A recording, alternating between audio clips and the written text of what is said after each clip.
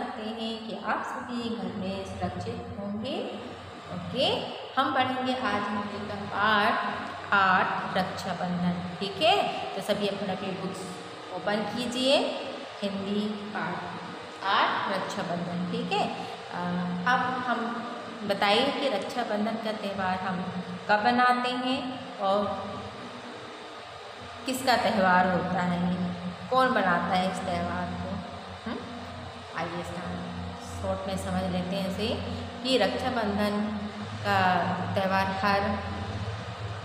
हर साल श्रावण मास की पूर्णिमा को मनाया जाता है। ठीक है, इस साल कब आने वाला है रक्षाबंधन? 26 अगस्त को आने वाला है ना। तो ये रक्षाबंधन कौन किसके लिए कौन कौन मनाता है? भाई बहन क्या त्यौहार कहलाता है ये। बहनें अपने भाइयों को राखी बांधती हैं और यह उम्मीद करती हैं कि ये हमारी हर समय हमारी रक्षा करेंगे भाई, है ना, और उनकी लंबी उम्र की कामना करती हैं। इसी तरह से भाई भी बहन की रक्षा के लिए वचन देता है कि मैं हर समय आपकी रक्षा करूँगा, है ना। तो ये है पावन त्यौहार रक्षाबंधन का। आइए हम इसे कविता के माध्यम से पढ़ते हैं। कविता रीड करेंगे। आओ भैया प्यारे भैया मस्तक पर सुत तिलक लगा दूँ, रक्षाबंधन की बेला में धागों का कंगन पहना दूँ। युग युग जियो फलो फूलो तुम, जीवन भर मेरे भाई, राखी के इस अवसर पर यही कामना में लाई। जब जब रवि शशि करते विचरण, गंगा यमुना है साखी, तब तक रक्षा करे तुम्हारी बहना की यही प्यारी राखी। दिन बीते सुख चैन भरे, रातें बीते आनंद भरी, रेशम के कोमल धागों में बहना की है प्रीति भरी।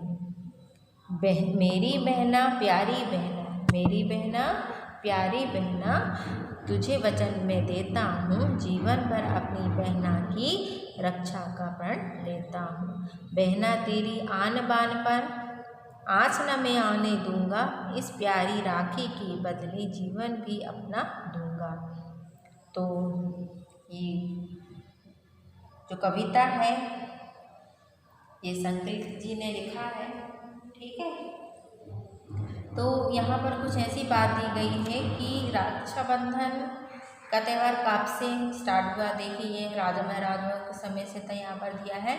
चित्तौड़ के महाराणा सांगा का स्वर्गवास हो गया था। उनकी धर्मपत्नी करवती को अकेला और निसहाय जानकर गुजरात के बादशाह बहादुर शाह ने चित्तौड़ पर आक्रमण कर दिया। रानी करवती ने चित्तौड़ की रक्षा के लिए दिल्ली के बहादुर हुमायूं को राखी भेजी। राखी पाकर हुमायूं करवती की सहायता के लिए चित्तौड़ की ओर चल पड़ा और उसकी रक्षा की। तो उस समय से ये रक्षाबंधन का त्यौहार चला आ रहा है ना। आइए हम इस पोयम को समझने का प्रयास करते हैं।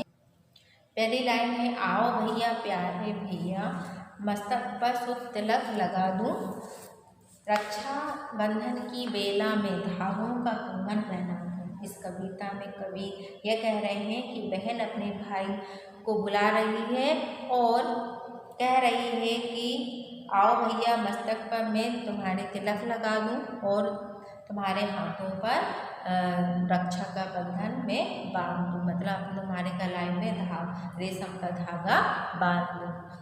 फिर दूसरी लाइन है, युग युग जियो फलो फूलो तुम, जीवन भर मेरे भाई, राखी की इस शुभ अवसर पर यही कामना में लाई।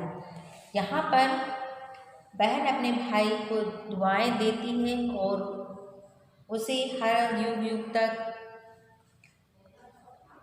जीने का आशीर्वाद देती है और फले फूलने का आशीर्वाद देती है। राखी के इस अवसर पर बहन अपने भाई के लिए यही कामना करती है।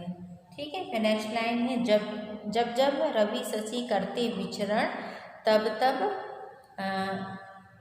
रक्षा करें तुम्हारी बहना की प्यारी राखी। तो यहाँ पर इस लाइन का आशय है कि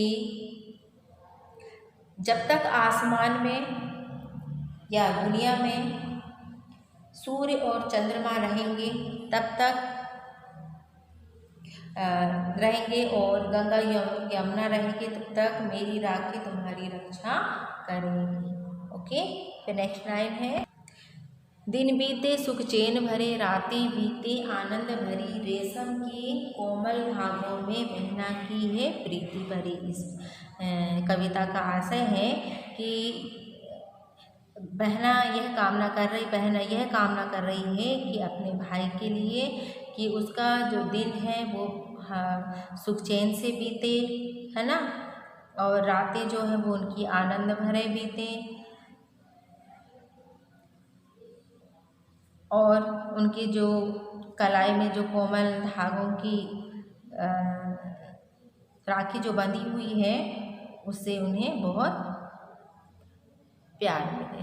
ठीक है, तो नेक्स्ट लाइन है, मेरी बहना प्यारी बहना तुझे वचन में देता हूँ, जीवन भर अपनी बहना की रक्षा का पण लेता हूँ। यहाँ पर ये आशा है कि भाई ने जो अपनी बहन को वचन देता है कि जीवन में मैं तुम्हारी रक्षा करूँगा, यही मैं प्रण लेता हूँ, और जो तुम्हारी रक्षा का संकल्प है मैं वो हमेशा करूँगा, तुम्हारे मरते दम तक मैं तुम्हारी रक्षा करूँगा।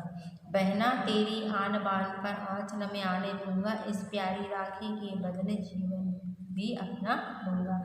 इस लाइन पे भाई अपनी बहन से वादा कर रहा है कि जो इज्जत तुमने कमाई है, जो तुम्हारी आन बान है, उस पर मैं कभी आँच नहीं आने दूँगा, और समय पड़े तो मैं मतलब इस राखी के बदले में अपने प्राण भी देने पड़े तो मैं इस पर कोई अफसोस नहीं करूँगा।